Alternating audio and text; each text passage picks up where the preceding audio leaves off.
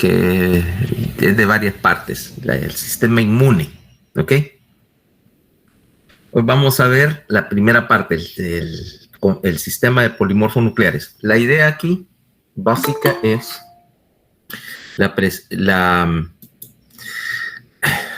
organización del sistema inmune y, más importante, la regulación. Okay. De sobra, es decir, así como en 1000 maneras de morir, todos los días estamos sujetos a un montón de infecciones por virus, protozoos, bacterias, virus, parásitos y demás. Con semejante infección es un milagro que sigamos vivos.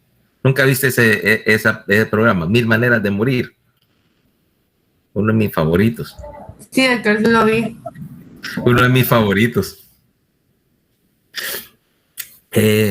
Pues el caso es que realmente cuando tenés el sistema inmune, de hecho estás viendo la necesidad de tener un sistema que, número uno, sea capaz de responder a un montón de diferentes infecciones. Y no solo infecciones, sino que aquí vamos a tener el hecho de que es el sistema que se encarga de deshacerse de cualquier célula patológica, indiferenciada, potencialmente tumoral que tengas en el organismo. O sea, no solamente verlo en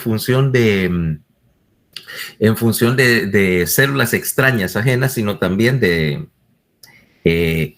células que se salen del contexto normal. O sea que para que el sistema inmune funcione tiene que tener varias cosas. En primer lugar, tenés que tener un sistema adaptable, ¿ok? Que responda a un montón de cosas diferentes. 2, eso te trae otro problema. ¿Cómo reconocer que una célula debe estar ahí, o sea, que es parte del organismo, versus una célula que no, versus una célula o un organismo que no pertenece? 1, adaptable. 2, la capacidad no solo de reconocer algo, sino cómo reconoces a un patógeno que nunca te has tomado antes, con que nunca te has topado antes. Vaya, ponele, hace 2 años ni vos ni nadie tenía ningún tipo de inmunidad o no reconocía el dichoso SARS-CoV-2, el dichoso coronavirus, porque no existía. Y de alguna manera montar una respuesta contra algo que es nuevo. 3, la posibilidad de hacer una memoria, de desarrollar una memoria para que si te topaste con él la primera vez y lograste montar una respuesta, tener esa memoria para permitir que la siguiente vez que tengas una infección no tengas que empezar desde cero. O sea, la memoria inmunológica es el principio básico para decir que, en teoría, por lo menos, aunque veremos que los patógenos son un poquito más inteligentes de lo que le damos crédito, de que en principio una infección debería darte una sola vez, ¿ok? En el caso, por ejemplo, de la varicela, vos solo tenés una vez varicela. Y que la siguiente vez ya el sistema está preparado de tal manera que ni siquiera la desarrollas. Cuarto, y la parte más importante de esto es cómo regular la respuesta inmune, porque si yo la tuviera una respuesta inmune que es demasiado baja, básicamente no me protege contra nada. Pero tampoco puedo tener una respuesta inmune que es demasiado agresiva, porque el resultado es que generalmente la respuesta inmune, inflamatoria, porque inflamación e inmunidad realmente son dos facetas de lo mismo, si es tan violenta que empieza a lesionarte, ¿no? El equivalente de empezar a cazar mosquitos con una ametralladora. Imagínate, viene un mosquito acá, está molestando, ay, que molesta este mosquito. Agarro una escopeta y empiezo y destruyo la oficina sin que necesariamente le vaya a dar al mosquito. Puede que lo mate, pero generalmente las consecuencias son malas. Y la prueba de una respuesta inmune desmedida es lo que sucede con las infecciones por coronavirus. ¿Qué es lo que te mata si agarras un coronavirus bien pegado? No es necesariamente la infección por virus en algún momento. Puede que sí, que sea tanto que destruye todas las células del pulmón, pero también la mayor parte, probablemente, de las muertes por coronavirus no fueron por la infección, fueron por la tormenta inmune que disparó, y esta tormenta inmune hizo más daño que la misma infección. O sea que ahí es donde ves que hay un problema, que el problema en parte es de regulación inmune, y algunas de las cosas que se utilizan, por ejemplo, o algunas de las infecciones serias por coronavirus, lo que estás haciendo contraintuitivamente es que estás más bien queriendo bajarle intensidad a la respuesta inmune antes de que haga más daño que la infección. Entonces, todas estas cosas son parte de las características que un sistema inmune bien desarrollado te debe poder controlar. Y para hacer eso, entonces necesitas un mecanismo que sea escalonable, aparte de que sea capaz de aprender, sea escalonable. O sea que vamos bajo el principio de que si tenés una infección, detectar la infección, montar una respuesta y, lógicamente, empezar a llamar refuerzos en forma controlada, y tener además múltiples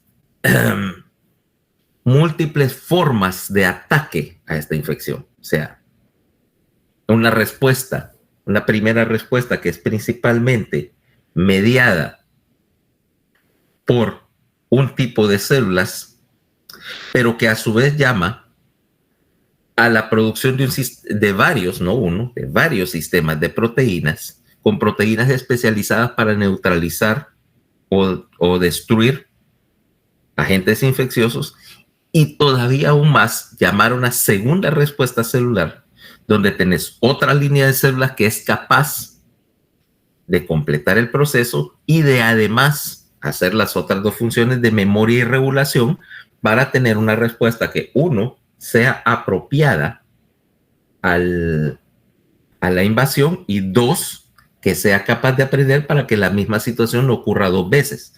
Entonces, esto es lo que yo llamo cuando digo de organización del sistema.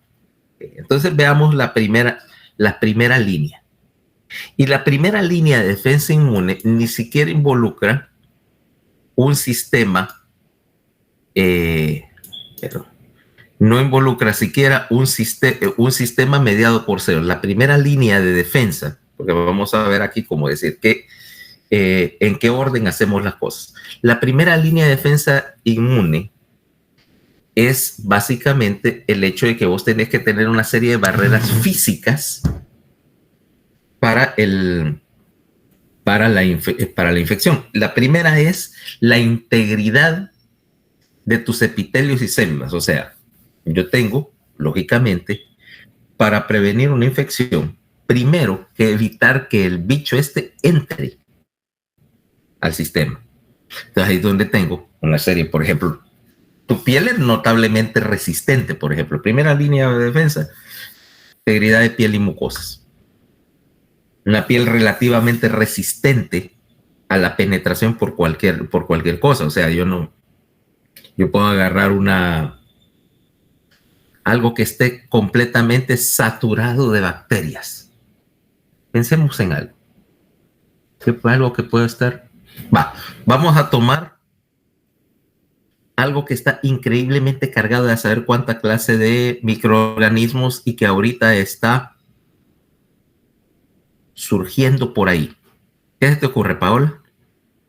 ¿El celular o ya viene en la puerta? Yo te iba a decir algo aún más bacteriano.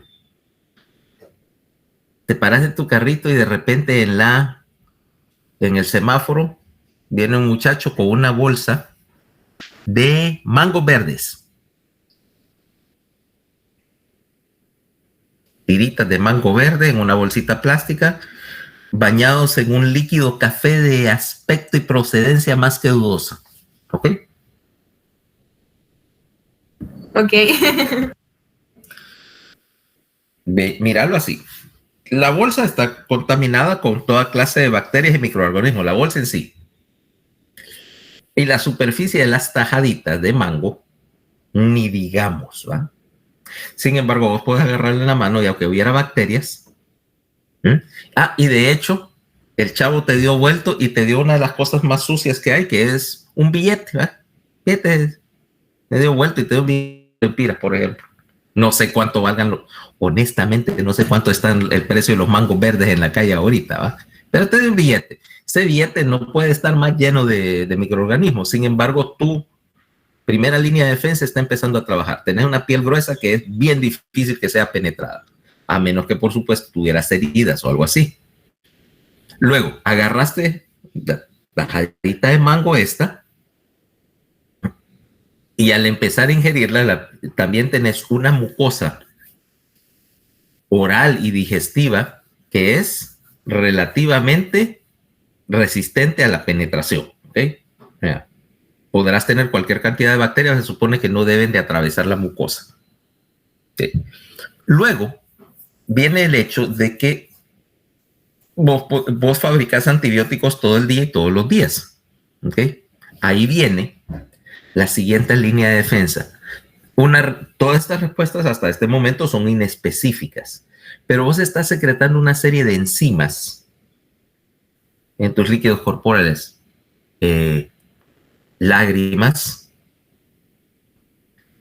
saliva, secreciones urogenitales, y tienen algún antibiótico, por así decirlo, natural, y de hecho es un antibiótico. El más común de ellos es una enzima llamada lisozima, ¿okay? Que es una enzima proteolítica que es capaz de neutralizar un montón de microorganismos, en particular bacterias. La está secretando continuamente, particularmente, por ejemplo, en lágrimas, donde es la primera línea de defensa, porque la lágrima contiene suficiente lisozima para que cualquier cosa que cayera en el ojo fuera neutralizado antes de que empezara a atacar. Por ejemplo, la córnea, que no tiene vasos sanguíneos y que por lo tanto no puede reclutar células que vengan por la sangre en forma efectiva.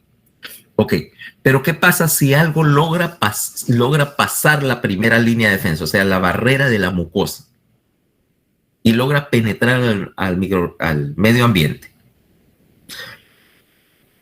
Entonces es donde tenemos la primera línea, lo que vamos a llamar la línea de los polimorfos nucleares. Y para ver la línea de los polimorfos nucleares, caigamos acá a esto. El lado izquierdo dice génesis de los mielocitos, las líneas producidas en la médula versus líneas producidas en el sistema linfoide. Okay. Ahora, estos leucocitos, ¿no?, es lo que vas a encontrar en tu recuento de tu hemograma común. Entonces vamos a decir número y diferencial. Entonces decimos, bueno, agarras tu hemograma cualquiera, del de cualquiera, y te reporta nuestra sangre, dice glóbulos blancos de leucocitos, como te lo quiera reportar, al fin y al cabo es lo mismo. Esa cuenta me incluye las dos líneas. La línea, o sea, todo lo que está circulando, tanto la línea esta de los polimorfos nucleares que se origina en la médula, como en la línea de los linfocitos. ¿Cuánto es el valor normal?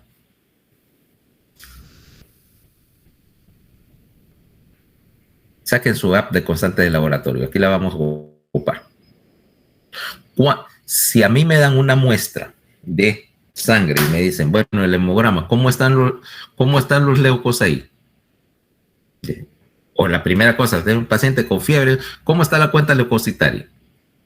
¿Cuánto es el valor normal? A ver. ¿De 6.000 a 10.000? Ok, es un... Otros dice de 5 a 10. Okay. Esa cuenta, perdón.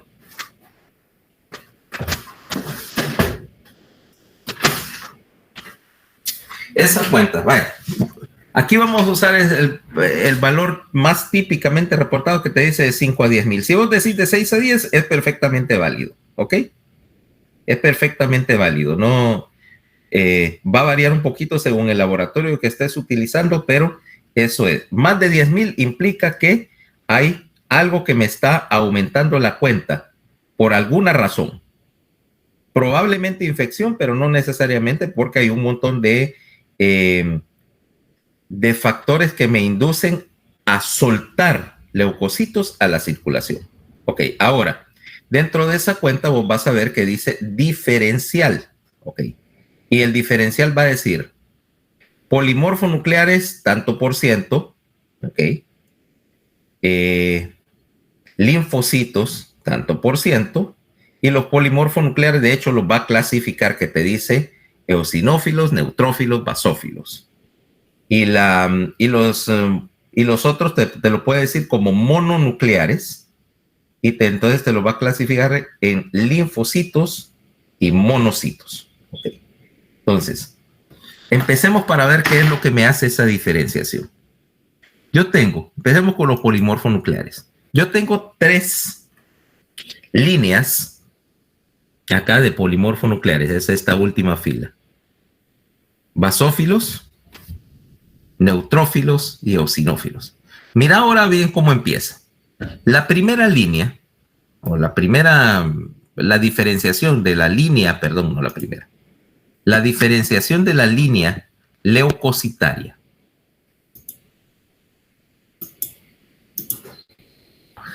Todo empieza acá, con esta célula que es el mieloblasto. Nuevamente es un derivado de mesodermo. Durante la fase de diferenciación de tejidos en el embrión, un grupo de células mesodérmicas va a migrar a lo que después va a ser la médula ósea, lo que llamamos la médula hematopoyética, que ya dijimos que su principal sitio va a ser en el hueso, y más específicamente en el caso ya de un humano adulto, principalmente vamos a encontrar en la cresta ilíaca, vértebras y esternón. Estos mieloblastos van a caer y se van a diferenciar en 2 grupos, que es lo que vemos esta, ¿cómo se llama? Esta línea. La línea de la izquierda me va a dar polimorfonucleares. Esta me va a dar monocitos. Okay, vámonos con la primera. Si te das cuenta, esta célula, este mieloblasto, se va a diferenciar en este que está acá, que es el promielocito. ¿Okay? El promielocito, a su vez, se va a diferenciar por 2 líneas. Esta de acá de la izquierda, espérate, acá, que es el megacariocito. Este me va a dar la línea de las plaquetas. Si te das cuenta, este proceso es más rápido, de promielocito a megacariocito. El megacariocito empieza a multiplicarse como megacariocito y empezar a fabricar, a desprender fragmentos del megacariocito para formar las plaquetas. O sea, la plaqueta no es una célula, es un fragmento celular. Pero bueno, ese no me interesa ahorita. No me interesa ahorita. Ya tendrá su momento de salir al baile. Sino que me interesa la línea que está. ¿Qué pasa aquí? Perdón. La línea que que se trifurca acá. O sea, estas tres que van a salir hacia abajo de ella. Empecemos por esta que está acá. El metamielocito, que es, el promielocito, que es el común, el ancestro común de estos tres. Se va a diferenciar en tres líneas. Vamos por la primera. Esta que está acá es el metamielocito neutrófilo. Neutrófilo. En ese momento es una célula redonda con un núcleo que es no segmentado. Ves que el núcleo es redondo todavía. Y todavía no hay, ¿cómo se llama? Todavía no se ve la característica principal que tiene ese neutrófilo, que es que empieza a desarrollar una serie de gránulos en su interior. O sea, por eso los polimorfos nucleares también acá, estos tres también lo puedes llamar granulocitos y a veces te lo reportan así. Porque su característica distintiva al microscopio es que tienen gránulos. Conforme va madurando, mira, pasa de metamielocito neutrófilo, luego va a pasar a un metamielocito, lo que llamamos joven, y empieza a mostrar, mira, que el núcleo está empezando a segmentarse. Mira, está haciendo segmentación y empiezan a aparecer unas cuantas vesículas. Se llama neutrófilo porque las vesículas que están apareciendo dentro del citoplasma, los gránulos, no agarran mucha tinción en tu tinción estándar para sangre, que es, a ver, ¿qué me puede decir? Histología otra vez. ¿Con qué se tiñe sangre?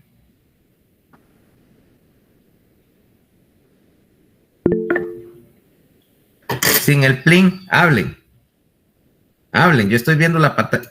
Miren, cuando me ponen, ¿cómo se llama? El chat ahorita, yo no lo puedo ver, recuerden, yo estoy viendo lo mismo que ustedes ven ahorita, la pantalla. ¿Qué tinción es?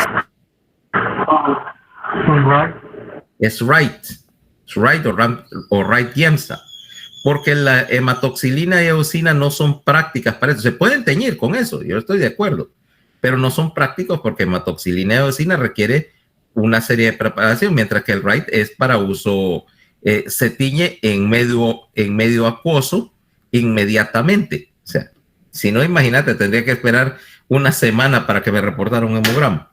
Ok. Luego, pasa, conforme va madurando, va desarrollando más gránulos y pasa a esta forma, que es lo que se llama neutrófilo en banda. Neutrófilo en banda porque ves que el núcleo, te lo voy a poner acá solo el núcleo, se ve así. Dos lóbulos grandes y una banda que está acá, todavía uniéndolos. ¿Ve? Este neutrófilo en banda es la última etapa de maduración antes de terminar con el producto terminado, que es lo que llamamos un neutrófilo segmentado. Es un segmentado.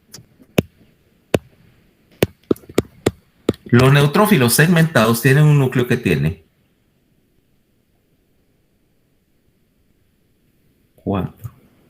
5 a 7 lóbulos. Se ve así, mira.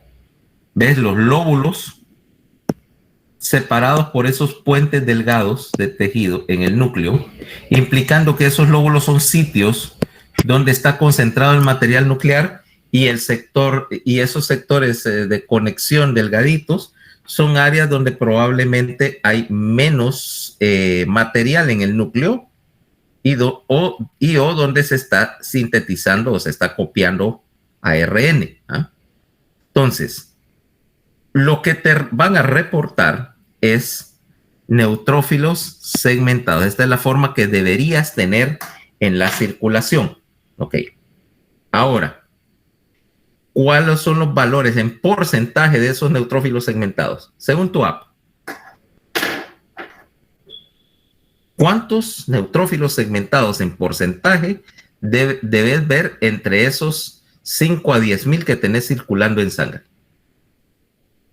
¿Del 50 al 80%? El 50, bueno, 80 es 50 es alto. 65, 70, ¿ok?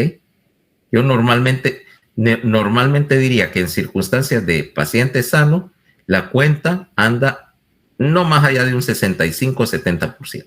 ¿Okay? 80 es un poquito alto para la mayoría de las circunstancias. Ahora, aquí es donde tenemos una cuestión. Quiere decir que no solamente la cantidad de glóbulos blancos me interesa, sino su proporción. Ahora, nuevamente vas a tener una situación en la cual en condiciones normales, por ejemplo, ahorita deberías tener solo segmentados. Pero ¿qué implica si de repente me dan una muestra y dice 17,000 leucocitos y 1 o 2% de neutrófilos en banda? Dicen, pero es que las formas en banda son inmaduras. Y normalmente yo no veo bandas en la circulación. ¿Qué está pasando ahí? ¿Qué pasa si veo una forma en banda en un frotis de sangre periférica? Puede indicar que como que se están produciendo muchos en ese momento y por eso hay versiones inmaduras, entonces hay alguna infección. Así como vimos en el capítulo anterior que los reticulocitos representaban el hecho de que vos estás sacándolos todavía incompletos porque tenés gran demanda y no te ajustan la forma madura y de bueno, ya yo necesito sacar leucocitos a la circulación y bueno, estos no están completos, pero ya sirven. Mande formas en banda. Ahora, tradicionalmente, esta carta que va de aquí arriba para abajo, en los textos iba de izquierda a derecha. Fíjate. Empezabas aquí con el mieloblasto y vas a terminar así. Entonces, cuando vos tenés cuando empezás a ver bandas y formas inmaduras, se dice que el diferencial se está corriendo a la izquierda, ¿ok? Tradicionalmente está corrido a la izquierda, implicando que estás yéndote para atrás en la cascada de maduración. Conste, bajo cualquier circunstancia de infección, yo no voy a ver más que segmentados y bandas, o sea, yo no debo ver metamielocitos jóvenes. Este que está acá, espérate. Déjame quitar. Yo no debo ver el número 5, el metamielocito joven. Este no tiene que estar ahí. Cuando veas uno de estos, en la mayoría de las circunstancias, tu primera sospecha va a ser una leucemia mieloide, porque no hay realmente bajo casi ningún punto, ninguna infección que te vaya a tirar tanto a la izquierda que te aparezcan formas francamente inmaduras, básicamente porque como células inmunes, los metamielocitos y para atrás no sirven para controlar la infección. Esto sí, ¿ok? Las bandas sí, en el sentido de que, como te decía, que si viniera una guerra, yo puedo decir, Paola, vaya, vení a ayudar. Y dice Paola, bueno, yo no sé hacer nada. No, le digo, ¿sabes inyectar, va? Ya sabes inyectar. Sí, doctor. Aunque sean naranjas, ¿va? No, sí seguimos talleres ahí, entonces ya todo 3A sabe inyectar, doctor. Entonces yo ya lo puedo poner. O sea, son una forma, bueno, ustedes ahorita son una forma bien madura de médico, ¿ah? Pero ya sirven para algo. Ahora, no puedo irme para atrás porque imagínate que dijera, no, necesito estudiantes de medicina y entonces voy a empezar a jalar a los que están ahorita haciendo, qué sé yo, víctimas de Chessman. Vaya. Víctimas de Chessman en Química 1. Por eso están tan indiferenciadas ahorita que no me son de ninguna utilidad. No los puedo meter al quirófano ni a la emergencia, porque generalmente van a ser más atasco de lo que van a hacer ayuda, solo están haciendo bulto en el hospital. Pero ustedes, ya los puedo jalar para que inyecten, para que pongan vendajes, para que, no sé, incluso probablemente algunos de ustedes pueden suturar. Feo, pero funcional, ¿va? Ya puede suturar, Paola. El doctor Pineda nos enseñó los cadáveres de la necro, pero eso está bien difícil. Pero es que... Sí, la piel. El problema es que no se aprende a suturar en cadáver porque es totalmente diferente las características, como vos decís, las características del tejido ya son completamente diferentes y no se parece. Por eso es que algunos lo ponen a practicar, bueno, según la época y la disponibilidad de material. Yo aprendí en bolitos. Hace mucho tiempo, que ahora ya costaría mucho hacerlo porque ya no dejan entrar al hospital, pero así en segundo. Pero yo aprendí en segundo, en bolitos. Te ibas el sábado por la noche a la emergencia del hospital y los internos estaban más que felices una vez que aprendieras y como vos andabas con todas las ganas de coser un montón de bolitos que le habían volado un botellazo en la cabeza. Nada, mira, andate a aquel cubículo de allá que no se está usando y ponete a coser todos los bolos para salir de ellos, ¿va?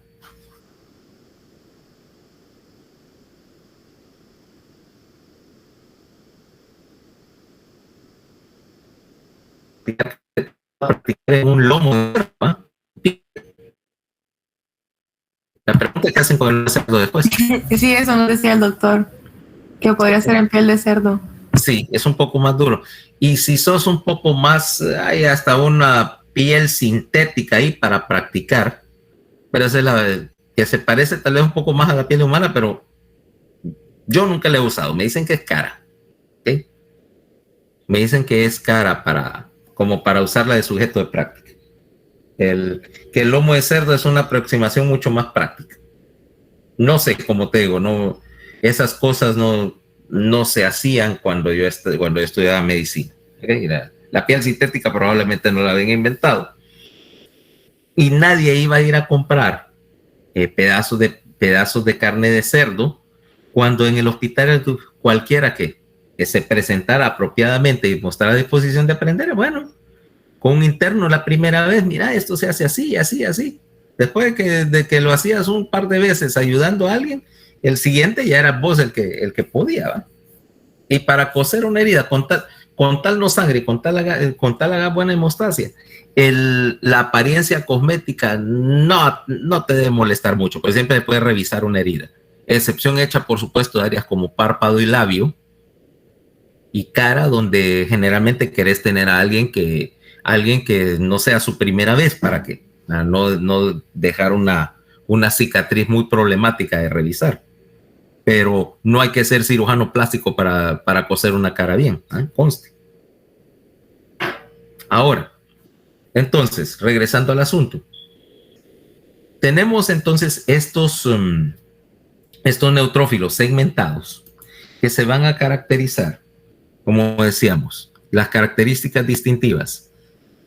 5 a 7 lóbulos, miden unas 7 micras, poquito más pequeños que los glóbulos rojos, y muchos gránulos pequeños, pero que se tiñen poco. ¿Ok? Esta es tu principal línea. Ya veremos qué hace. Ahora, la línea de los polimorfonucleares puede irse por otras dos rutas. Primera es esta. Pasar por un mielocito eosinófilo. Y verá que se parecen mucho en morfología, pero que este tiene una gran cantidad de gránulos que se están tiñendo de rojo. Por eso eosinófilo. Pasa a metamielocito eosinófilo y pasa a su forma madura. Mira que es más o menos del mismo tamaño, con un núcleo que tiene menos lobulaciones. Generalmente tiene entre 3 y 5 lobulaciones y bien notable la presencia de estos gránulos rojos. ¿Okay? Aquí rojos obviamente no son tan intensos en el citoplasma. Y aquí vamos a ver que lo que se diferencia principalmente es el contenido de los gránulos. Aquí lo que vamos a tener es principalmente enzimas proteolíticas, fagocíticas, etc. Aquí vamos a tener principalmente mediadores, histamina, entre otras. Histamina y otra serie de mediadores que me van a modificar la respuesta. 3, también aquí vamos a tener inmunoglobulinas, anticuerpos, inmunoglobulina E. La tercera posibilidad es que se vaya por esta otra línea, que es lo que vamos a llamar el mielocito basófilo. Nuevamente, mira, un núcleo no segmentado y un montón de gránulos que se tiñen de azul, ¿ok? Se tiñen de azul, implicando que se están tiñendo con hematoxilina, o el equivalente de la hematoxilina. Estos van a pasar, de hecho, por las mismas fases de diferenciación, aquí solo las omitieron, pasa por una fase de este es un mielocito y pasa por una fase de metamielocito acá, que es muy similar, y termina como el basófilo maduro, mira. Aquí, nuevamente, un citoplasma con 3 a 5 lóbulos, muy parecido, un poco más pequeño que el polimorfo nuclear también, y un montón de gránulos azulitos. Esos gránulos azules contienen más mediadores. En particular, aquí vas a notar que tiene, entre otras cosas, heparina, por ejemplo. Es una de las cosas que la diferencia. Para mejorar la agregación plaquetaria, hacer una serie de procesos. Estos dos, generalmente, lo que vas a ver son mediadores. Ahora, ¿cuánto tengo de eosinófilos y de basófilos en sangre periférica?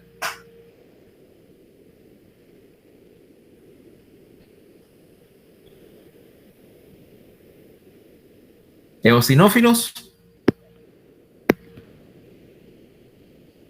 1 al 3%. Basófilos, 0.5 a 2%. Tus números pueden variar un poquito según lo que estés leyendo de app, ¿ok? Lo que estés usando por app. Pero andan por ahí, ¿ok? Lo que no vas a encontrar en condiciones normales, qué sé yo, 7% de eosinófilos. Eso ya te implica que hay algo ahí levantando la cuenta. Generalmente, en el caso de los eosinófilos, una infección parasitaria. Ok, ahora, el siguiente paso. Estos, como decíamos, son polimorfonucleares y la palabra polimorfonuclear implica que el núcleo es lobulado, es segmentado. Pero si nos vamos a la otra línea o al otro sector, vemos que acá se metió otro grupo de células derivadas del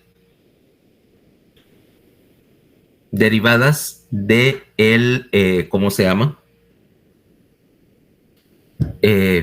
Mieloblasto, del mieloblasto. O sea, esta es lo que llamamos la línea mieloide, la línea medular. Aquí tenemos entonces el monocito. Fíjate, este monocito que empieza por una célula relativamente más grande, mira, compara el tamaño, una célula más grande con un núcleo muy escasamente lobulado y con muchos gránulos o muchas áreas pigmentadas en el núcleo, implicando que ahí estás haciendo algún proceso de síntesis. Pasa. Esto de hecho lo podemos llamar monoblasto. ¿Ok? Y de ahí pasa por varias formas inmaduras para terminar con el monocito que tiene un núcleo grande, mira, casi no hay citoplasma visible, y un núcleo grande con mucha, bien punteado, con un montón de gránulos, implicando que hay síntesis de ADN, ¿ok? Entonces, perdón, estos monocitos van a ser no va a ser la etapa terminal, porque monocito se llama esta célula cuando está en la circulación. ¿Cuántos tenemos? Ya veremos qué le pasa. ¿Cuánto es la cuenta de monocitos? ¿Qué porcentaje? De 4 al 8%. Del 4 al 8%. Ok, está bien. Pues a veces algunos te dicen hasta el 10. Ok, pero 4 al 8 me pasa por bueno. Esa es una línea. Ok. La otra línea es la línea de los linfocitos. Aquí solo vamos a ver su génesis, pero no qué están haciendo.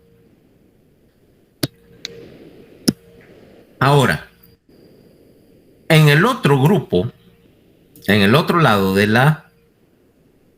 tenemos la línea linfoide, o sea que aquí tenemos una partición. La línea linfoide es un poco diferente. Las células originalmente vienen del mismo precursor de mesénquima que se convirtió en dos familias. Los mielocitos migraron a la médula ósea, a la médula hematopoyética, para ser más correctos, mientras que los linfocitos emigraron hacia el tejido linfoide. Entonces pasan por 3 líneas de diferenciación. Y vamos a abreviar un poquito esta explicación porque después la veremos. Un grupo de ellos se va a migrar hacia el timo, ¿ok? Hacia el timo, y se va a convertir en un grupo de células que se llama linfocitos T de timo. Otros migran hacia las placas linfoides, hacia los ganglios linfáticos, pero en particular las placas linfoides de tejido que está debajo de las mucosas, en particular de la mucosa digestiva. Y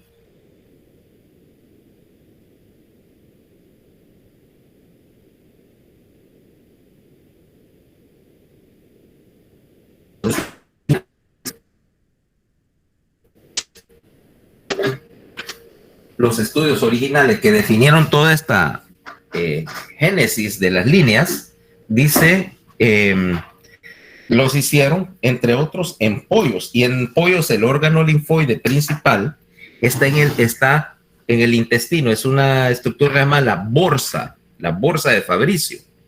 Y entonces de ahí viene B de bolsa. La otra línea de linfocitos que sale son estas que se llaman las células NK, ¿okay? Natural Killer. Eran linfocitos que, como no tenían mucho que hacer, se pusieron a ver películas de Tarantino, ¿okay? Entonces se convirtieron en Natural Killers. Ahora, estas 3 líneas linfoides, después nos vamos a meter con ellas. Solo veamos ahorita cuánto es su valor, porcentaje, su diferencial.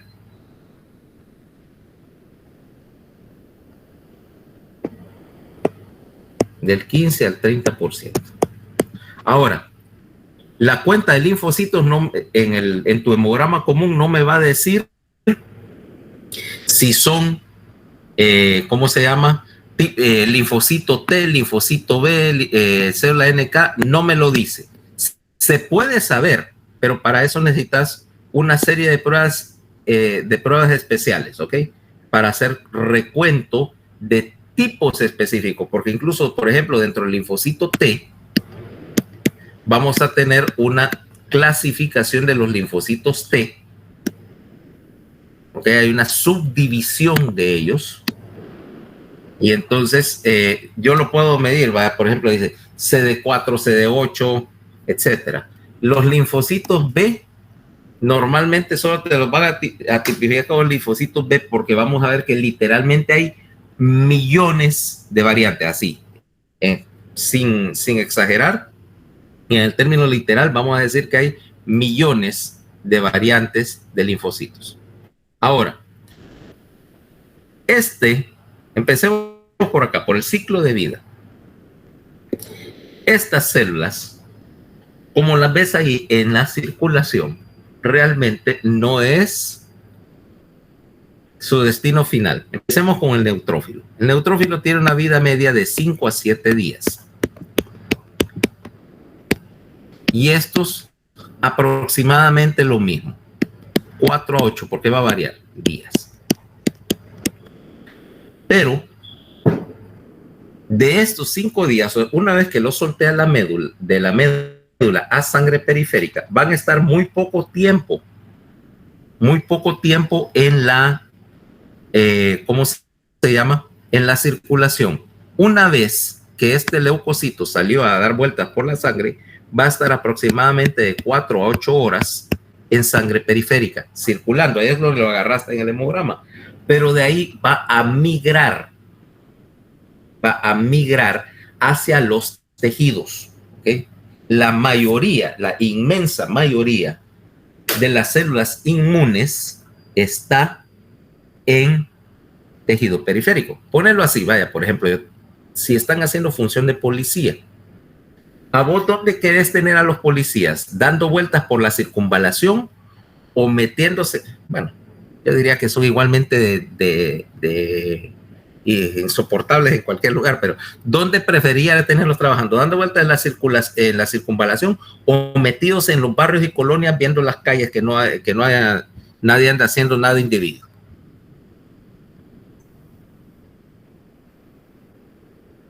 En los barrios y colonias. En los barrios y colonias, es lo lógico. Digo, en teoría, porque vos sabes que, como te digo, generalmente son igual de molestos en cualquiera de las dos situaciones, muy poco utilizables. Pero bueno, ahora vamos a asumir que hace su trabajo. Lo mismo sucede acá. Si estás patrullando la circulación y no patrullas los tejidos, solamente funcionaría o serían capaces de responder a una infección cuando penetró al torrente sanguíneo. Generalmente eso ya es una etapa bien tardía de la situación. Yo los ocupo en tejidos periféricos, por lo tanto, tienen que tener un mecanismo para, 1, migrar en circunstancias normales a través de los vasos sanguíneos. 2, para migrar preferencialmente al sitio donde se utilizan, o sea, donde hay alguna señal, donde hay algún tipo de señal de que está ocurriendo una infección. O sea, ese tipo de migración transvascular, que aquí tiene una palabra, se llama diapédesis. Ya veremos qué es lo que hace. Vamos a ver. Ahora, obviamente que esta duración de 5 a 7 días que te estoy dando es en ausencia de infección. En una infección grave, el consumo de polimorfonucleares va a ser más alto y la vida media va a disminuir porque lo estás gastando. Mientras que los monocitos, en particular, hacen algo parecido. Están de 10 a 20 horas en sangre y de ahí migran, bueno, no esta forma, migran y se van a convertir o van a cambiar su nombre y van a entrar en tejidos donde se llaman macrófagos tisular. Entre otros, porque tienen un montón de nombres. ¿Okay? El sistema de macrófagos tisulares implica que estos monocitos que se distribuyen van a estar preferencialmente en 2 sitios. Uno es en el intersticio de la mayoría de los tejidos. 2, en algunos sitios en particular van a estar pasan el vaso sanguíneo y se quedan justo debajo, justo detrás de la pared del vaso. ¿Ok? En particular porque tienen ahí reciben algunos nombres porque sus funciones se especializan un poquito. Sinónimos de macrófago tisular depende. Por ejemplo, en el hígado se llaman célula de Kupffer. ¿Okay? En el vaso se llaman célula de sinusoide.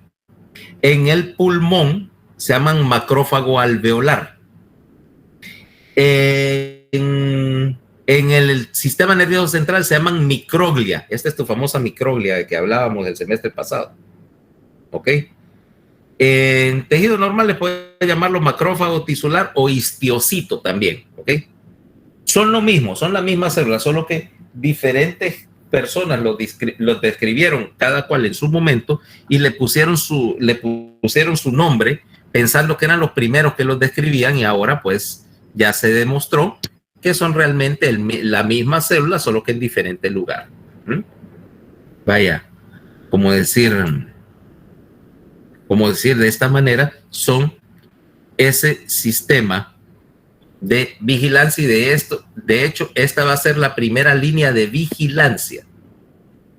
No necesariamente la primera línea de defensa, pero tiene una función no solamente de fagocitar células, sino que de alertar al sistema.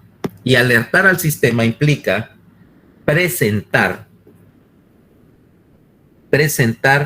el agente invasor al resto del sistema. ¿Qué quiere decir? Con presentación del antígeno. Implica, veámoslo así, viene por ejemplo y Paola, que está, ¿cómo se llama? Desesperada. No tiene dinero. Sus padres no están contentos con cómo le está yendo en la facultad y le cortaron su suministro de dinero. Como Paola no tiene suministro de dinero, ya no puede satisfacer esa adicción que la consume a las gomitas, ¿ok? A los gummy bears. A Paola, ahí donde ustedes la ven, yo no quería ponerte en evidencia, pero tengo información confiable que sos adicta a los gummy bears. Sí me gustan, doctor, pero no adicción, pero sí me gustan. A confesión de parte, relevo de pruebas. Ahora viene Paola para satisfacer su adicción, viene y se le ocurre el City Mall. ¿Y cómo se llama esa tienda que está ahí por el food court que venden que lo venden por libra? Ya sabes cuál, ¿va?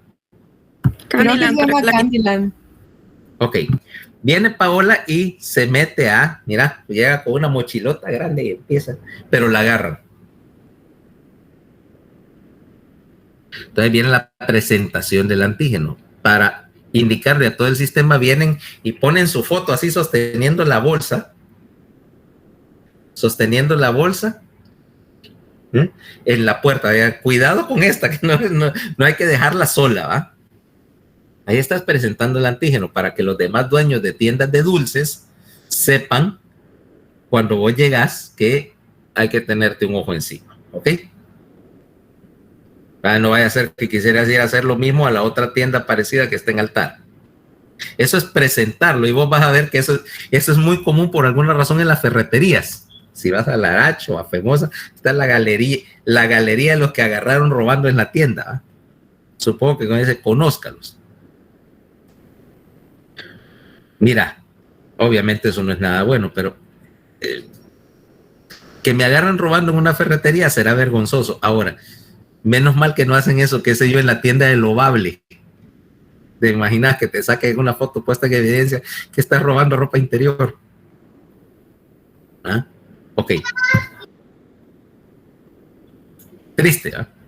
Ok.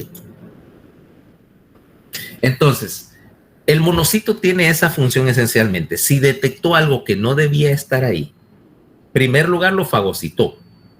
Segundo, después de fagocitarlo,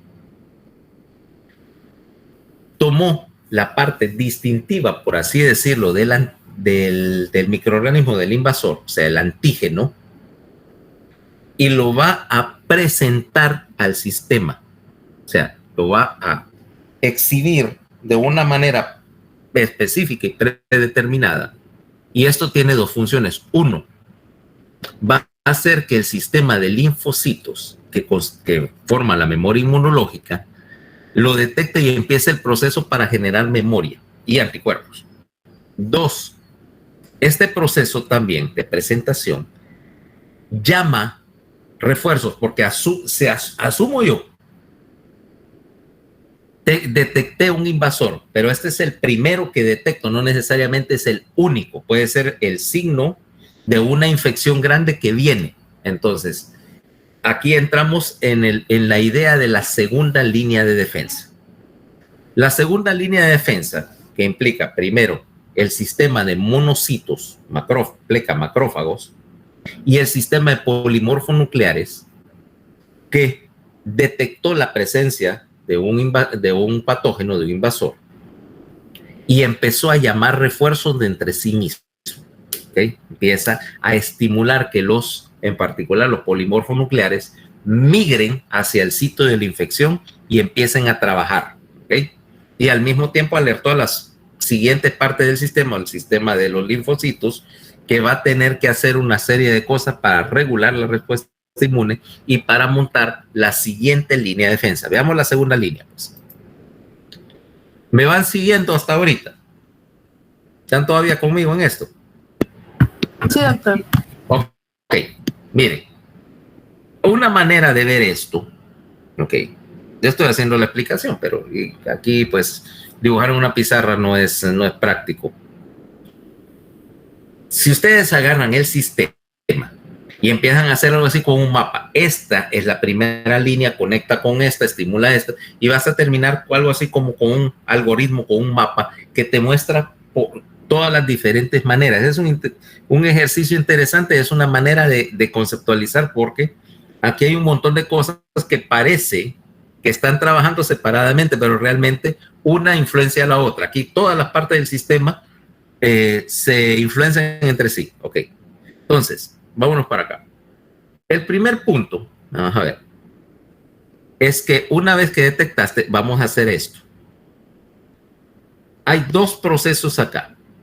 El primero es este, mira, las células inmunes, los polimorfos, son capaces de aumentar, de atravesar, perdón, la pared. Eso es lo que llamamos diapédesis.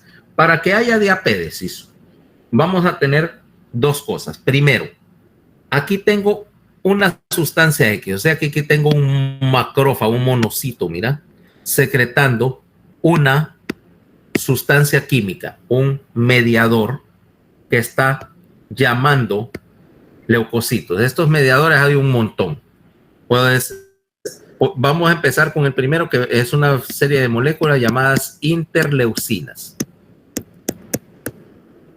Y es una familia de ellas. Tenemos desde IL-1 hasta IL-12, cada cual con su diferente función. Y tenemos también productos de la cascada inflamatoria, porque una vez que este monocito detectó algo, empieza a activar la cascada del ácido araquidónico, la síntesis de prostaglandinas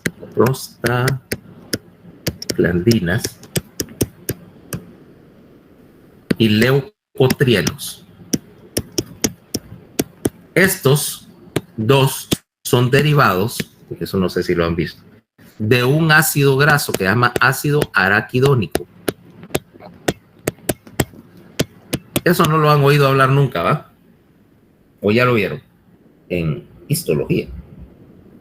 No, doctor. Ok. Ay, Dios. Bueno. Cuando vos empezás a destruir células, vas a montar, aparte de una respuesta inmune, una respuesta inflamatoria. El ácido araquidónico es un ácido graso de 20 carbonos. A su vez, este ácido graso de 20 carbonos, componente de la membrana celular, generalmente vas a encontrar que es la parte lípido de un fosfolípido. Un fosfolípido sí sabemos qué es, ¿va? Ahí sí. Ok. Ahí sí. Fosfolípido. Entonces, los neutrófilos también, pero ahorita estamos con el monocito, puede agarrar los fosfolípidos y utilizar una enzima, se llama la fosfolipasa A2. ¿Ok? Esa fosfolipasa A2. Vamos a quitar esto, espérate. La fosfolipasa A2 me está soltando ácido araquidónico como producto de esa reacción. Cuando muestre ¿cómo se llama? Este ácido araquidónico, lo voy a pasar por dos enzimas diferentes. Ahora tengo, mira, fosfolípido de membrana de las células que están dañadas. Le paso la fosfolipasa. A2 para ser más específico. Y la convierto en ácido araquidónico.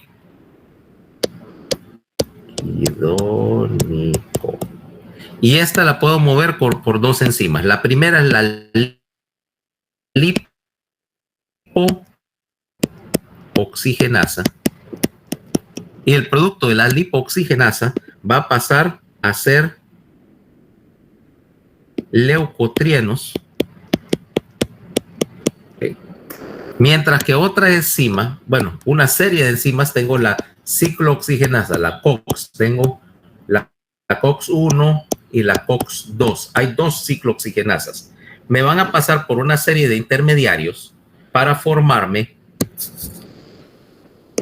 prostaglandinas y tromboxanos, tromboxano A2 en particular, que me modifica la agregación de la plaqueta. Esta prostaglandina es una familia, va a pasar por una cadena de enzimas que incluye también una enzima llamada la prostaglandina sintetasa.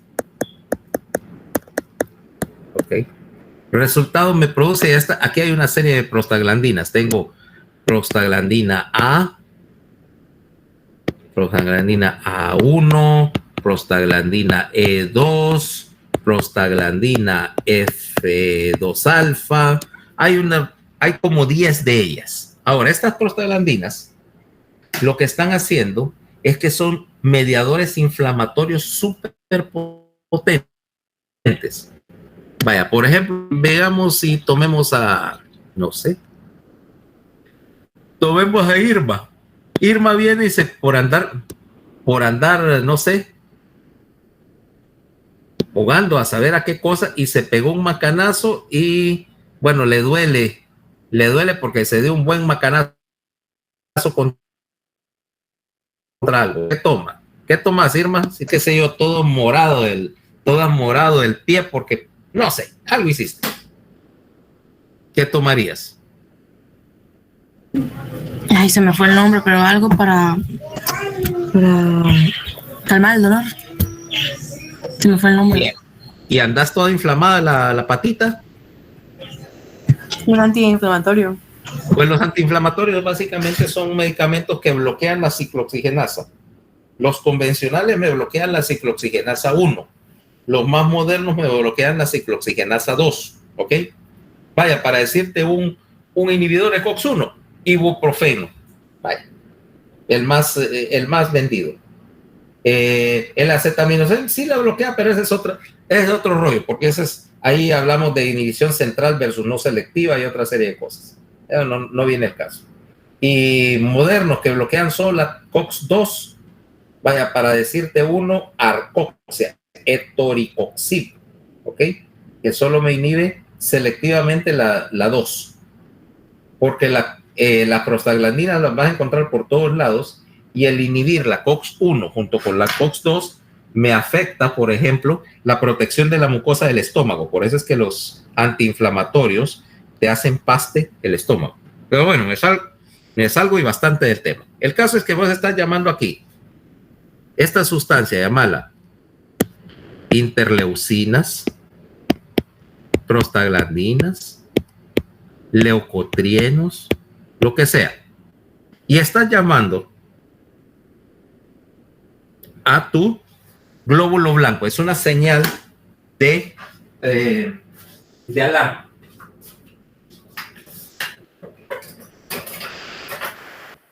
Una señal de alarma. Entonces, ¿qué es lo que va a suceder? Los leucocitos que están circulando van a detectar la señal de alarma y va a pasar dos cosas. Primero, van a hacer marginación, o sea que van a adherirse a la pared del vaso sanguíneo, cosa que normalmente no harían. Y dos, estos mediadores inflamatorios van a afectar al endotelio de la pared del vaso y van a aumentar la permeabilidad, o sea, van a permitir que haya espacio entre célula y célula. Esto le da un espacio para que los leucocitos migren y son atraídos por la sustancia que los está llamando, y migran en dirección en función de la concentración de esta sustancia. Mira, ahora, resulta que en todo punto, ninguna célula, ningún sector del cuerpo está más de unas 50 micras de un capilar. O sea que, básicamente, en promedio, estos leucocitos lo único que tienen que moverse son unas 50 micras. Y la quimiotaxia es útil o tiene un rango de unas 100 micras. O sea, suficiente como para que, no importa dónde encontres un macrófago, sea capaz de jalar polimorfonucleares, en particular neutrófilos, desde un capilar hacia donde encontró, hacia donde detectó algo que no debía estar ahí. ¿Okay? Entonces, y esto tiene un mecanismo molecular. Vamos a ver si está por acá. Espérame. A ver si lo tenemos. Porque hay una serie de moléculas que se llaman moléculas de adhesión. No están acá. A ver, aquí está. Este es el proceso, mira. Ves que hay tejido inflamatorio. Y entonces estos mediadores que mencionaba hace un rato, pero tienen un nombre genérico. Para en vez de decir, llamarlas citoquinas. Mira lo que sucede. Va pasando un polimorfo nuclear por acá. Y acá algo me está produciendo citoquinas. O sea, hay una infección y el monocito, el macrófago, me está fabricando citoquinas. Mira lo que hace. En primer lugar, estimula a la célula endotelial para que exprese un receptor al cual se puede que puede detectar el polimorfo, y el polimorfo se une a la pared que está expresando esta proteína llamada ICAM1, ¿ok? Ahora, combinado con esta proteína, combinado con este receptor que se llama selectina,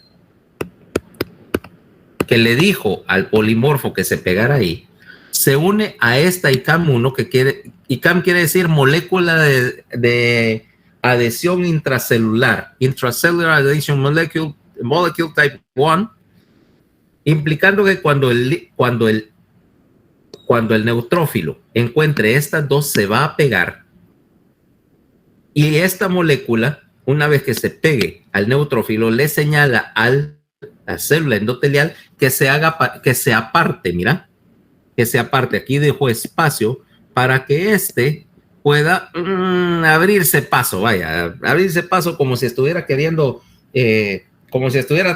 salir de un bus, ¿eh?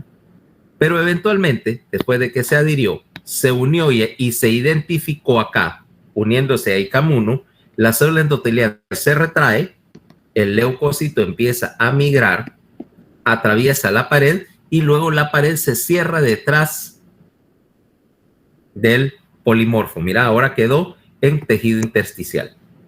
Para hacer eso, entonces, en resumen, necesita que las citoquinas hagan que la célula endotelial, en primer lugar, exprese esta selectina, ¿va? Si la selectina no está marcando, el leucocito no debe de unirse a nada, porque precisamente es lo que hace que seleccione ese punto del árbol vascular para salir por ahí.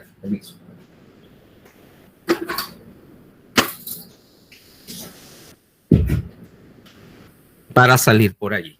Entonces, ya, aparte de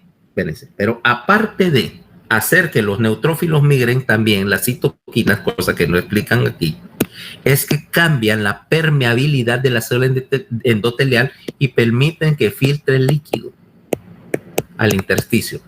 ¿Por qué? Porque obviamente acá ahora vas a tener un sitio donde está ocurriendo algo y los neutrófilos necesitan un medio líquido para poderse movilizar. Por lo tanto, empezás a inundar el tejido con líquido que está filtrándose a través de la pared del vaso. ¿Okay? Una de las responsables, por ejemplo, de una de las manifestaciones características de toda reacción inflamatoria, que es obviamente el edema, o sea, la hinchazón del tejido. Ahora, una vez que, mira, ahí tenemos Mira, las células de Kupffer, que es el mismo macrófago, lo único que ves cómo se esconde detrás de la pared del sinusoide. Bueno, ahora, vamos con los neutrófilos. Una vez que lograste meter neutrófilos al sitio de adhesión, ahora tenés que ponerlos a trabajar. Y hacen dos cosas. En primer lugar, esta es una célula fagocítica. Bueno, o sea, esos, ¿cómo se llama? Esos neutrófilos tienen los famosos gránulos, lo que tienen son enzimas de lisosomas. O sea, esos gránulos implican enzimas para alimentar lisosomas y peroxisomas. ¿Okay? O sea, que tienen enzimas proteolíticas, tienen peróxido de hidrógeno, agua oxigenada, y una enzima para desintegrar el peróxido, una peroxidasa. Ahora, cuando este neutrófilo engloba a una bacteria, por ejemplo, emite un pseudópodo, hace fagocitosis y, como ya hemos hablado en capítulos anteriores, le descarga ¿cómo se llama? El contenido del peroxisoma al interior de la vacuola fagocítica donde atrapó la bacteria. Y ahí las peroxidasas empiezan a descomponer el peróxido, ya sabemos, en agua, magnífico, radicales libres de oxígeno. Y créeme que hay pocas cosas más violentamente agresivas que un radical libre de oxígeno, ¿eh? Que se va a unir y va a oxidar literalmente membranas, ADN, pleca ARN, todo el componente celular. Y el tercer componente de una reacción de peroxidasa es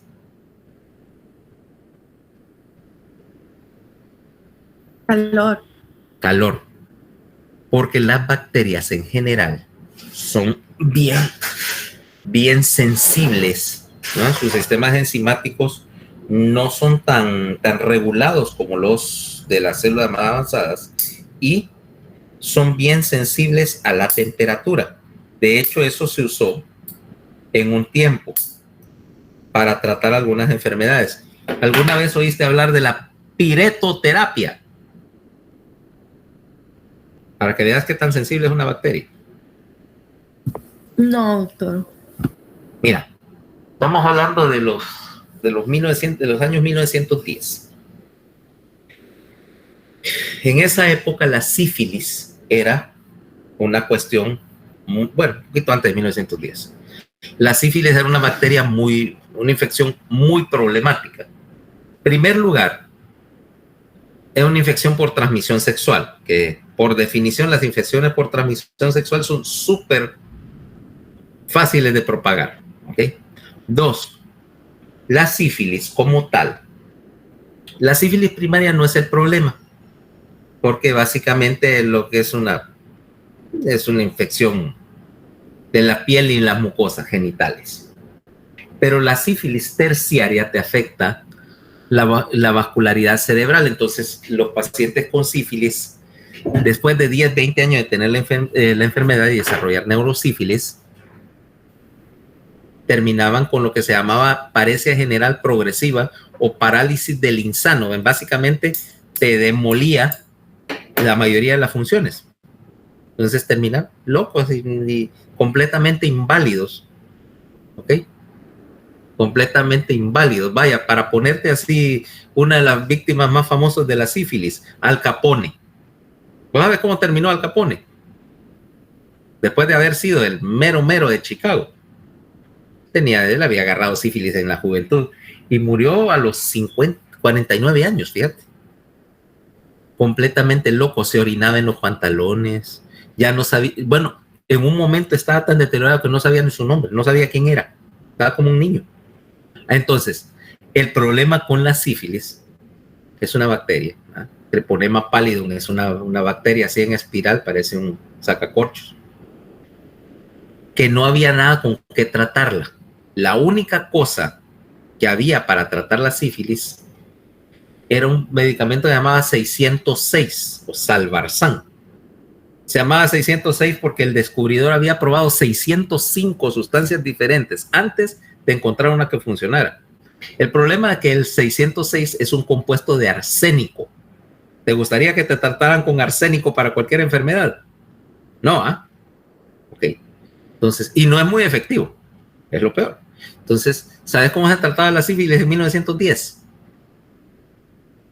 Alguien se dio cuenta que la bacteria esta era muy sensible a las temperaturas altas y prolongadas. Entonces, bueno, cocinemos la bacteria. Venían y te inyectaban con sangre de un paciente que tuviera una crisis aguda de malaria. Oíme bien. Te metían una infección para sacar otra. Agarraban poco de sangre de un paciente con una crisis malárica, te inyectaban para que te diera malaria. Entonces te daban fiebre, la malaria te da 39,5 de fiebre por 2 días seguidos, de ahí cada 3 días te da una crisis de fiebre, hasta que matabas la bacteria de la sífilis. Y voy a decir, ¿y ahora qué hago con la malaria? ¿Va? Pero la malaria sí tiene tratamiento, que es quinina, y la quinina se conoce desde hace ya mucho tiempo. Entonces, te metían malaria para matar a la sífilis porque sabían que la bacteria es súper sensible a la temperatura. Y aquí una de las razones por las cuales estás usando peroxisomas es porque la elevación de la temperatura es algo que es muy útil en términos de ayudarte a neutralizar las bacterias. Ahora, una vez que hiciste la fagocitosis, dice, ok, muy bien, ya estoy fagocitando bacterias, pero por supuesto, los neutrófilos no tienen la capacidad para neutralizar o para fagocitar cosas muy grandes. Ahí es donde entra que la migración también me incluye monocitos y macrófagos. Ahora, ¿por qué? Porque vos podés hacer una cosa. Tomar un macrófago, bueno, número 1 es una célula más grande con más capacidad. Número 2, agarrar varios macrófagos y se pueden fusionar entre sí para formar lo que se llama una célula gigante. ¿Okay? Te iba a hacer una comparación, pero esa no la ibas a entender. Lo de la célula gigante, o tal vez sí. Es que había un programa de televisión de unos robots así, eran como los Transformers, pero estos se podían juntar así para formar un robot gigante. Los Gobots se llamaban eso. Esa nunca la viste, ¿ok? Esa nunca la viste, a menos que tu papá tenga grabadas un montón de series de muñequitos de los 80s en VHS, ya no la conociste. No la vi, pero hay muchos similares. Después de eso salieron muchos similares. Los Power Rangers, los... Voltron también, dice Elías, Voltron es cierto, Voltron era igual. Los Power Rangers se podían juntar los Rangers para hacer un Ranger grandote. Sí. Yo nunca las vi, es que me parecían tan pendejos. Y cuando volvieron a sacar los Power Rangers, que a mí me daba cólera porque mi sobrinito, en ese tiempo estaba chiquito, y lo estábamos poniendo en karate. Y yo creo que todos los senseis de karate deben de odiar a los Power Rangers. ¿Sabes por qué, va? Porque les enseñan mal karate. No, sino porque los niños imitan y están haciendo todas aquellas muecas y payasadas, que no es buena forma. Entonces, cuando el sensei les quiere enseñar algo bien hecho, los niños entonces entran en el conflicto, que como vieron cómo se está haciendo bien, pero también pasan más tiempo pegados con los Power Rangers y entonces los confunde, o sea, aprenden brutadas, ¿verdad? Tipo Hollywood. Entonces, supongo que los han de odiar. Por suerte, mi sobrinito nunca le hizo ninguna influencia porque básicamente después dejó el karate y ahora pues imita a otros personajes de la televisión, básicamente porque el maje es igualito a Bruno. Si yo te pusiera una foto de mi sobrino, lo primero que empezás a cantar, no se habla de Bruno, porque es igualito, la misma narizota, nunca se rasura, está todo el día encerrado en el cuarto o tras la pared, no estoy seguro. Entonces, Bruno. Bueno, pero regresando a la idea. Ahora te voy a decir, no lo conoces, me salió antes de vos, pero era de ahí de la SAI. Bueno, el caso es que El caso es que aquí estás juntando varios macrófagos para hacer una célula gigante, y las células gigantes, obviamente, tienen capacidad para fagocitar organismos mayores. ¿Por qué? Porque mira, tu bacteria típica mide 1 micra de longitud o de diámetro, como lo querrás llamar, y es fácilmente fagocitable por un neutrófilo que mide unas 7 micras. Pero, por ejemplo, un parásito, un protozoo, puede medir más de 10 micras de largo. ¿Va? Y entonces ya no lo podrías fagocitar con ninguna célula sanguínea. Pero si juntas varias y puedes tener un macrófago o una célula gigante que mide unas 30 micras de diámetro, ya la suma de ellos, eso ya es capaz de fagocitar muchas más cosas, incluyendo cuerpos extraños que sean inertes, porque la respuesta inflamatoria o infecciosa o inmune la podés hacer también contra cosas que no están vivas. Vaya, por ejemplo, viene Paola, que no me hace caso de que no debe andar en calcetines por toda la casa, y se enterró, había una astillita de algo, atravesó y se le enterró en la piel, ¿ok? En la planta del pie. Y entonces desarrollas ¿cómo se llama? Una reacción de cuerpo extraño hacia la astilla, que es inerte, pero aún así necesitas fagocitarla y englobarla de alguna manera, y necesitarás algo más que un neutrófilo para hacerlo. Probablemente vas a tener que desarmarla y fagocitarla en piezas. Pero ahora viene el segundo punto. Una vez que el monocito hizo este proceso de fagocitosis, vas a hacer otra cosa. Ahí es donde viene la presentación del antígeno. Los neutrófilos lo pueden hacer también, pero en general es más una función del monocito. Como te decía hace un momento, presentar el antígeno quiere decir que yo voy a tomar un fragmento, generalmente de la membrana o algún componente distintivo del objeto que se fagocitó, y enseñarlo al resto del sistema. Para eso yo tengo en la superficie de la célula inmune, tengo 2 proteínas que se llaman las proteínas MHC. Ahora vengo acá, fagocité algo y lo enseño, lo voy a enseñar. Entonces aquí tengo, por ejemplo, la membrana del linfocito y tengo 2 proteínas. Esta se llama MHC1 y esta se llama MHC2. ¿Ya? Ahora agarré y tenía un pedazo de una bacteria. Aquí voy a poner un pedazo de una bacteria. Ponele. ¿Ah? Antígeno. Ahora mira, este antígeno está siendo presentado, está siendo identificado por estos 2 MHCs.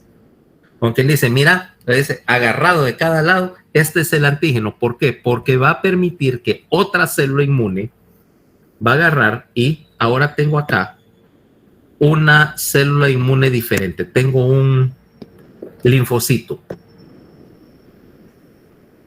Y tiene acá un receptor para detectar esto. Okay. Detectó, dice, mira, las MHC1 y 2 están acá y entre ellas hay algo.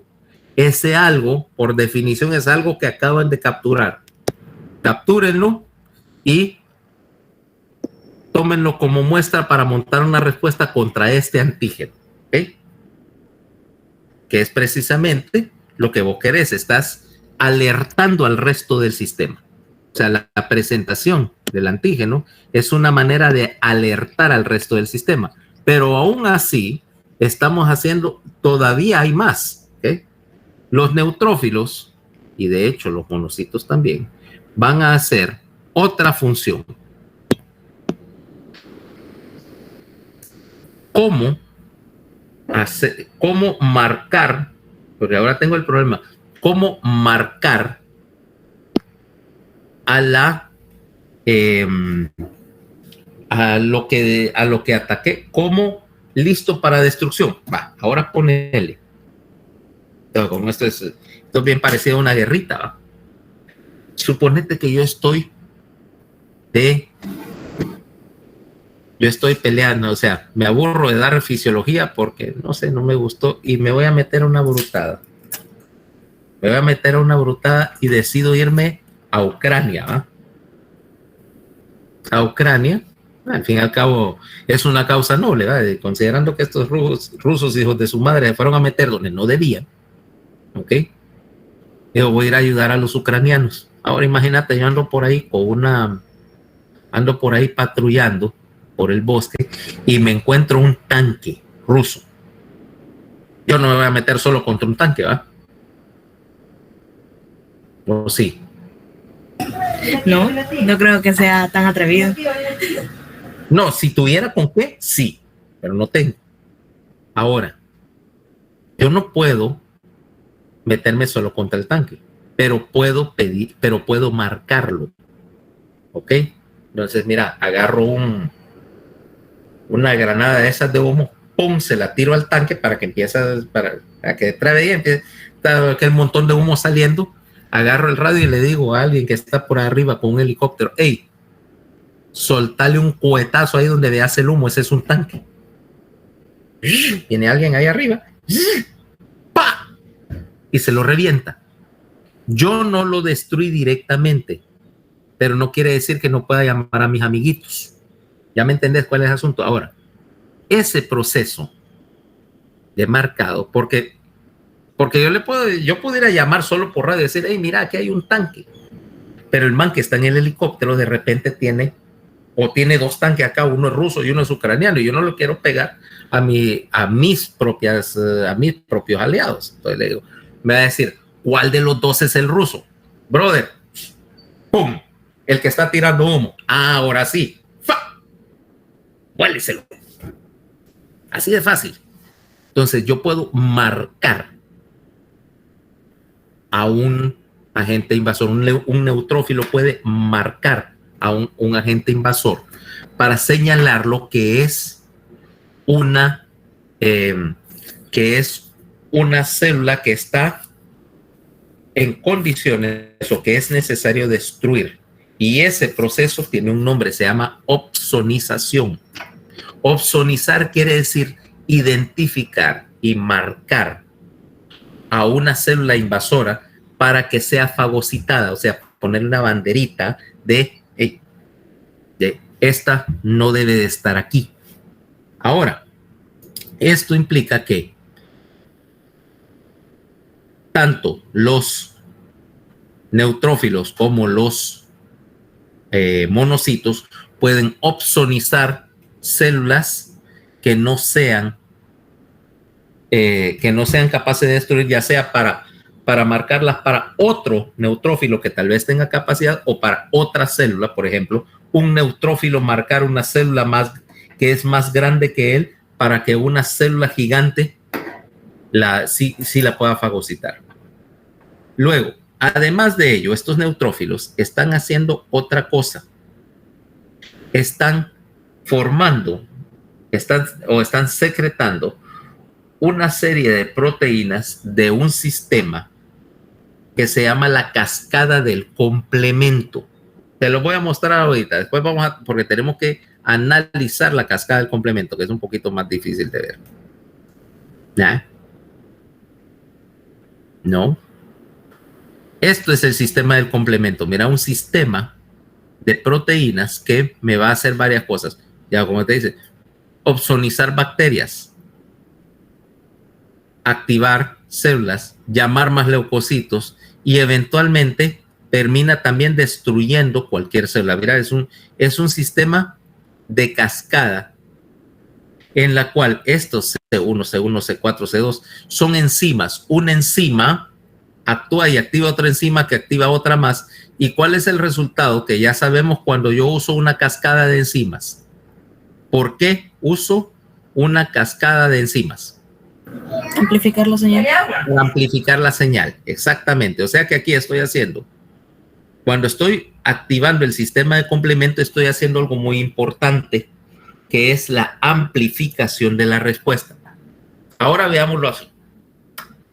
Viene un macrófago y se topó con una bacteria. La fagocitó, inició y empezó a soltar proteínas del complemento. Las proteínas del complemento, que también son citoquinas, igual que los prostaglandinas, los leucotrienos y todos los de las interleucinas y todas las demás sustancias de que hablé, me están llamando polimorfos. Los polimorfos, a su vez, me van a llamar a más polimorfos, ¿ok? Como que dice, te metiste ahí, llamen a los amigos, ¿no? Montan una respuesta, pero de repente te das cuenta, vaya, ya que estamos hablando de ucranianos, suponete que yo capturé a un soldadito ruso que andaba por ahí, de seguro este andaba invadiendo y puede que sea el primero, el que lo mandaron a investigar, a reconocer el terreno, o puede que sencillamente era parte del batallón, pero espérate un momentito, y se fue al bosque, bueno, para vaciar la vejiga, y está, o cualquier otra. O imagínate, agarras al ruso y lo capturaste literalmente con los pantalones abajo en el bosque, ¿ok? Y dice, aquí, así te quería agarrar, brother. El tipo agachado con su copia del periódico de Pravda, ¿va? ¿Ok? Arriba, sos prisionero. Pero una vez que yo capturé al ruso, brothers, llamo yo a brothers, fíjate que acabo de capturar un ruso acá. Vénganse unos 20 acá para una patrulla donde hay un ruso, hay más. Entonces vienen los otros 19 ucranianos que andan conmigo y, bueno, capturaron al ruso, después de que lo macanearon. Ok, vamos a buscar y entonces empiezan a dispersarse. Y de repente topan otro ruso. Ya van 2 y a saber si atrás no hay un batallón entero. Todo el mundo se pone en la radio, en el teléfono, no sé qué usen en estos días en la guerra. Mándenme todo el batallón, que a saber qué nos vamos a topar allá. Cada vez que vos estás haciendo amplificación, el nuevo grupo de células que fuiste llamando, amplificadas, llaman a más células. O sea, estás haciendo una progresión, estás haciendo una multiplicación, la progresión es logarítmica. 1 llamó a 9 más para que sean 10, ahora 10 llamaron a 90 para que sean 100, y estás aumentando la cantidad. Y mientras más amplificación haces, más estás aumentando la permeabilidad vascular, más estás aumentando la inflamación, más estás montando una respuesta más grande. De hecho, uno de los problemas que vamos a tener es saber cuándo inhibir la respuesta, porque hasta el momento, si yo solo estoy haciendo retroalimentación positiva de la quimiotaxia, de la quimiotaxia de glóbulos blancos, eventualmente puedo mantenerla hasta que la respuesta inflamatoria me haga daño o me acabe todos los glóbulos blancos que pueda producir. O sea, yo no quiero montar una respuesta desmedida tal vez lo que tengo es un pinchazo aquí de unas cuantas bacterias y no quiero movilizar todo el sistema. ¿Cómo modular el sistema? Tenemos una pregunta abierta entonces para contestar después. Ahora, hasta ahorita solo hemos hablado de neutrófilos. ¿Y las demás células? ¿Ok? Ya hablamos de estos, ¿de acuerdo? Y ves que hay por todas partes, pero ¿y ahora cómo empiezo a hacer, ¿cómo se llama? Y me faltaba otra cosa. ¿Qué pasa si yo empiezo a llamar acá neutrófilos y están montando una respuesta y están soltando, como te decía, un montón de mediadores de citoquina, interleucinas, etcétera?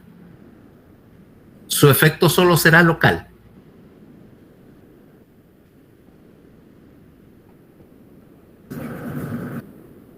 Supongo que ahí entra la respuesta de cómo mantener el efecto en un solo lugar. Sí, pero esa es una. Eso es como esa modulación de la respuesta y mantenerla local. Pero en realidad toda respuesta inmune tiene 2 componentes. Un componente que es local y un componente que es a nivel global. Si yo tengo una infección, por ejemplo, en una mano, una infección en la mano, y estoy consumiendo glóbulos blancos, también esas interleucinas de la respuesta inflamatoria van a hacer, me van a hacer lo que llamamos respuesta a la infección, respuesta global, respuesta sistémica a la infección. Si yo estoy consumiendo más glóbulos blancos en un sitio de infección, bueno, pongámosle algo más serio que una infección local en la mano. Por ejemplo, tengo una neumonía, ¿ok? Tengo una neumonía, tengo una infección pulmonar y estoy consumiendo neutrófilos. Entonces ahora fabrico interleucinas como parte de la respuesta inflamatoria, y esas interleucinas también van a estimular a la médula hematopoyética, porque dice, si estás gastando más células inmunes de las que normalmente gastas, aumenta la producción para compensar el aumento de la demanda, ¿va? Si yo estoy ocupando todos los leucocitos acá y no fabrico más o no aumento la producción, lo que va a pasar es que me lo voy a gastar. Y entonces voy a tener que mi cuenta de leucocitos, mira, está cayendo, que es lo último que yo quiero pasar. Entonces voy a estimular a la médula ósea que haga dos cosas. Primero, soltar, porque los 5 a 10 mil leucos que yo tengo circulando en sangre son los que yo tengo, con quien dice, para uso inmediato, pero tengo otra cantidad de reserva ya listos para usar en la médula. ¿Ya? Ok, suelten a los que tienen guardados ahí, y eso me permite una amplificación rápida de la respuesta. Yo agarro una infección suficientemente seria, mi cuenta de glóbulos blancos puede pasar de 10,000 a 20,000 en plazo de unas 4 horas, por ejemplo, implicando que estás soltando todo. Y como dices, si estás echando mano de tus reservas, aumenta la producción, porque si no también te vas a acabar la reserva. Número 1. Número 2, la respuesta a una infección implica hacer otra serie de cosas. Por ejemplo, si yo tengo una neumonía, ¿qué esperaría? ¿Cuál sería el primer signo que esperara que yo tuviera? O una infección cualquiera, ¿cuál es el primer signo? ¿Calentura? ¿Temperatura? Exacto. Ahora, ¿cómo una infección pulmonar me modifica la temperatura corporal global? Implica que estos mediadores inflamatorios, en particular, aquí ya estamos hablando de prostaglandinas, me pueden modificar el termostato, reajustar el termostato del hipotálamo para cambiar el punto de ajuste, el set point, y empezás a generar fiebre. Luego, aparte, si vos estás en, ¿cómo se llama? Estás en una situación de estas, necesitas hacer un montón de modificaciones de tipo hormonal. Las citoquinas te hacen precisamente eso. Te modifican la producción. Por ejemplo, me van a subir los niveles de glucosa en sangre. Necesito más glucosa para aumentar mi metabolismo. Tengo más cosas que hacer en un momento determinado. Modificar, por ejemplo, los niveles de sustancias como norepinefrina. O sea, lo que llamamos hormonas de respuesta al estrés. Cortisol, norepinefrina, glucagón. O sea, para subir la temperatura, aumentar el metabolismo, aumentar los niveles, movilizar los niveles de glucosa disponibles para que no te quedes sin combustible en medio de una infección. Toda esa clase de cosas implica que hay una respuesta global, y la respuesta a la infección ahora, generada por todas estas células que hicieron quimiotaxis al sitio de infección, es que también vas a empezar a modificar la actividad global del organismo.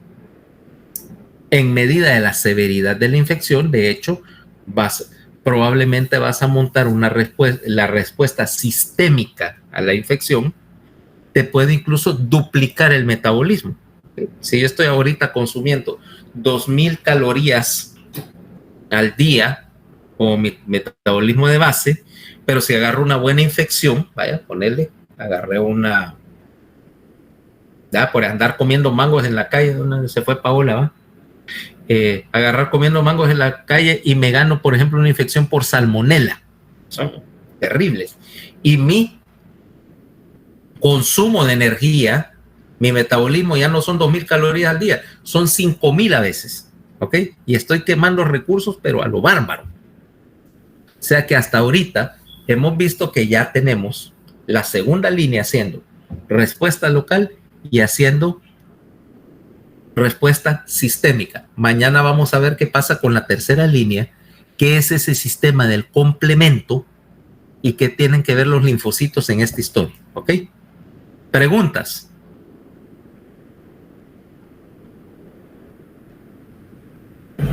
Creo que no, doctor, todo bien. Ok, les recomiendo una cosa, que todo esto, aparte de leer el capítulo, que si grabaron el video, revisen el video, porque mañana, la parte de mañana no es que es continuación de la de hoy, o sí, más bien son dos partes de un mismo capítulo, y entonces para entender una hay que entender la otra y viceversa. O sea que hay que para ver cómo se arma todo el muñeco, porque aquí literalmente vamos a tener que hacer eso, armar todo el paquete.